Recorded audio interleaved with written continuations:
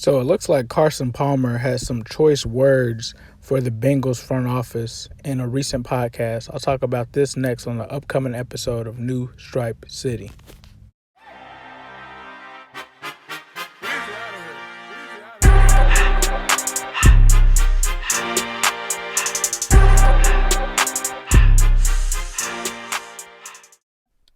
Welcome to New Stripe City, a YouTube channel for diehard Bengals fans. I'm your host, Ace Boogie. Please be sure to subscribe, comment, and like this video.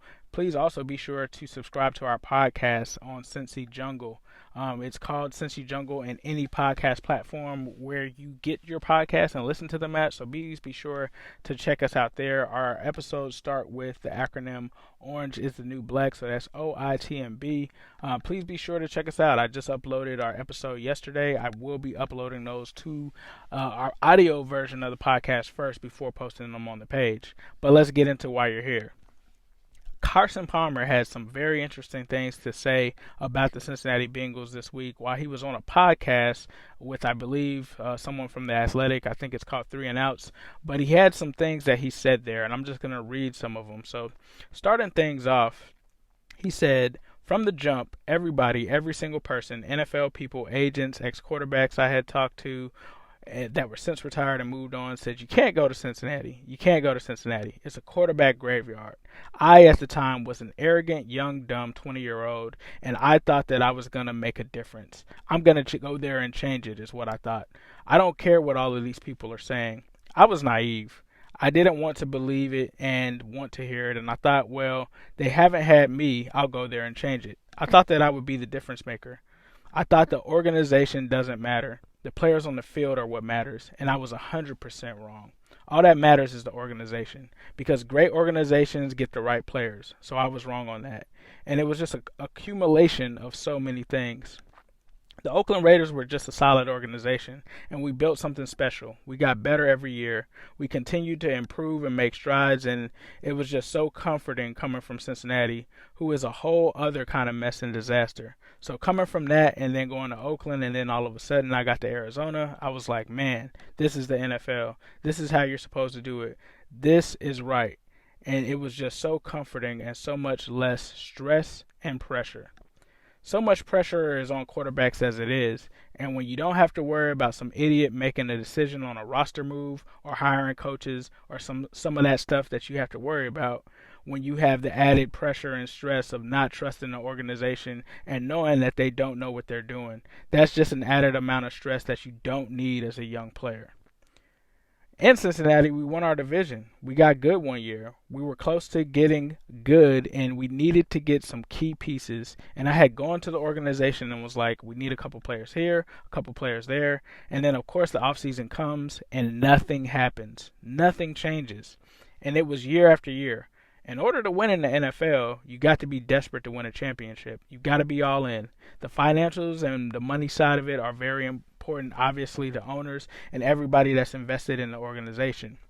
But if the most important thing is financials and the second most important thing is winning, then you don't have a chance. And it's so important that ownership is willing to do what it takes to win. If you just kind of sit there and hope that things fall your way, you've got to get really, really, really lucky to win a championship. But if you're desperate and you're doing what it takes and you spend to get this player, then you can do something. You've got to be consistently trying to build a championship.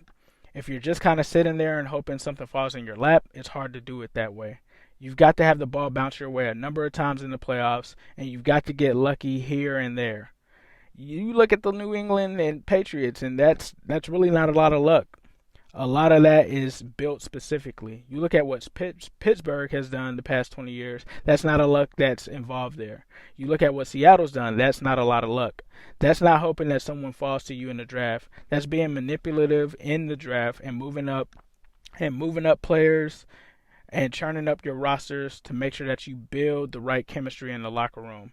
And there's so much that goes into it. It's just not a lucky thing. In order to be successful in the NFL, the organization is of the utmost importance. 8-8 is like winning a Super Bowl in Cincinnati for that organization. Woo, yikes. So just to dissect exactly what Carson's talking about here, I don't think, first off, I don't think he's wrong at all. The only thing that I'll say is that he kind of took accountability from him, and when these kind of interviews come up, he doesn't take accountability.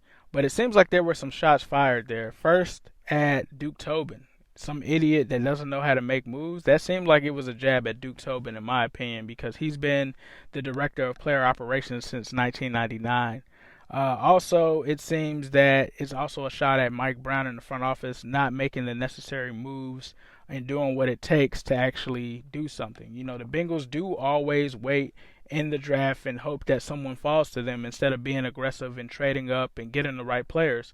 I'd have to agree with Carson on that one.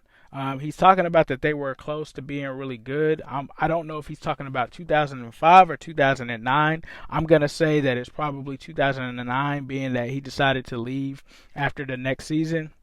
So maybe he thought that the Bengals should go after certain players after they kind of won the division that year, and they just didn't do it. And it seems as if he has a point. I mean, I'm not going to really disagree with what Carson Palmer said. The Bengals, year after year, do not prioritize winning. Although they've made some changes in some areas, they still wait for certain players and hope that they get lucky that certain players fall to them.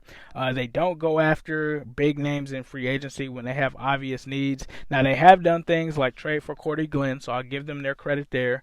But there's certain players that you just see out there that they could go and get, but they just don't do it. And we've seen it year after year, so this is nothing new. I don't know if he was trying to extend an olive branch to Andy Dalton or if he was trying to warn a potential top quarterback that's coming in this year, which that's going to be all bad because Jordan Palmer right now is usually the guy that these first round and top 3 quarterbacks work out with, so I'm pretty sure Jordan Palmer will give his view of what Cincinnati is. Carson Palmer will probably do the same if he's working out with them.